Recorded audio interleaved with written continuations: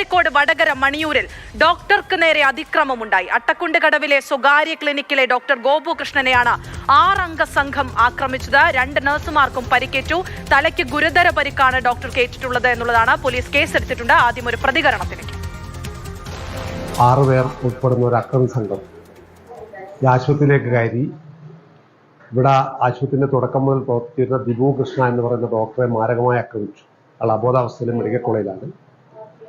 3 നഴ്സുമാർക്ക് ഇവിടുന്ന് പരിക്ക് പറ്റിയിട്ടുണ്ട്. ഈ ആക്രമികളുടെ കയ്യിൽ കത്തി ഉൾപ്പെടെയുള്ള മാരകായുധങ്ങൾ ഉണ്ടായിരുന്നു. ഈ പ്രഷർ യന്ത്രം ഉപയോഗിച്ചാണ് തലക്ക് കുത്തിയത്. ഡോക്ടറെ തലേന്ന് രക്തം വാർന്നുകയും ഇപ്പോൾ അബോധാവസ്ഥയിലാണ് ഡോക്ടർ മെഡിക്കൽ കോളേജിലുള്ളത്. അപകടനില തരണം ചെയ്തിട്ടില്ല. ഇംതിയാസ് കരീമാണ് വിശദാംശങ്ങളുമായി ചേരുന്നത്. ഇംതിയാസ്, അബോധാവസ്ഥയിൽ തലയ്ക്ക് ഗുരുതര പരിക്കേറ്റ അബോധാവസ്ഥയിൽ ഒരു ഡോക്ടർ മെഡിക്കൽ കോളേജിൽ ചികിത്സ തേടുന്നു. അവിടെയാണുള്ളത്. ഇത്രയും വലിയ ഗുരുതരാവസ്ഥയിലേക്ക് എത്താനുണ്ടായ ആക്രമണത്തിലേക്ക് നയിച്ച കാരണമെന്താ? അനശ്വര, വടകര മണിയൂരിലാണ് ഇന്ന് ഇങ്ങനെയൊരു ആക്രമണം ഉണ്ടായത്. സ്വകാര്യ ക്ലിനിക്കിലാണ് ഈ ഗോപുകൃഷ്ണൻ എന്ന ഡോക്ടർ ജോലി ചെയ്യുന്നത്. അവിടെ നഴ്സ് അടക്കമുള്ള സ്റ്റാഫും ഉണ്ടായിരുന്നു.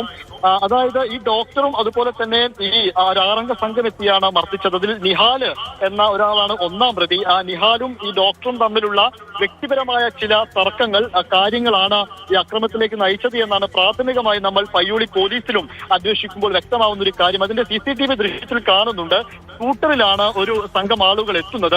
അതിൽ നിഹാൽ ഉൾപ്പെടെയുള്ളവരുണ്ടായിരുന്നു. അവർ അകത്ത് കയറി ഗുരുതരമായ രീതിയിൽ പരിക്കേൽപ്പിക്കുകയായിരുന്നു. അതിൽ തലയ്ക്ക് കാര്യമായി തന്നെ ഈ ഡോക്ടർക്ക് പരിക്കേറ്റിട്ടുമുണ്ട്. അത് തടയാനെത്തിയ അവിടെ ഉണ്ടായിരുന്ന 2 സ്റ്റാഫ് നഴ്സിനും പരിക്കേറ്റിട്ടുണ്ട്. അത് നിസ്സാരമായ പരിക്കുമാണ്. എന്നാൽ ഡോക്ടറുടേതാണ് കുറച്ച് ഗുരുതരമായ കാര്യങ്ങളിലേക്ക് പോയത്. ഉടനെ തന്നെ കോഴിക്കോട് മെഡിക്കൽ കോളേജ് ആശുപത്രിയിലേക്ക് അദ്ദേഹത്തെ മാറ്റുകയും ചെയ്തു. അബോധാവസ്ഥയിലുമായിരുന്നു. ഇന്ന് വൈകിട്ട് വരെ അദ്ദേഹം അബോധാവസ്ഥയിലാണ് ഉണ്ടായിരുന്നത് എന്നും പറയുന്നു. എന്തായാലും പയ്യോളി പോലീസ് സ്ഥലത്തെത്തി അവിടെ ഒരു പ്രാഥമിക പരിശോധന അടക്കമുള്ള കാര്യങ്ങൾ നടത്തി. സംഭവത്തിൽ ഇപ്പോൾ കേസ് രജിസ്റ്റർ ചെയ്തിരിക്കുകയാണ്. നിഹാൽ എന്നയാളെയാണ് 1ാം പ്രതിയാക്കിയിട്ടുള്ളത്. മറ്റ് 5 പേർ, കണ്ടാൽ അറിയാവുന്ന 5 പേർക്കെതിരെയുമാണ് നിലവിൽ ഇപ്പോൾ കേസ് രജിസ്റ്റർ ചെയ്തിരിക്കുന്നത്.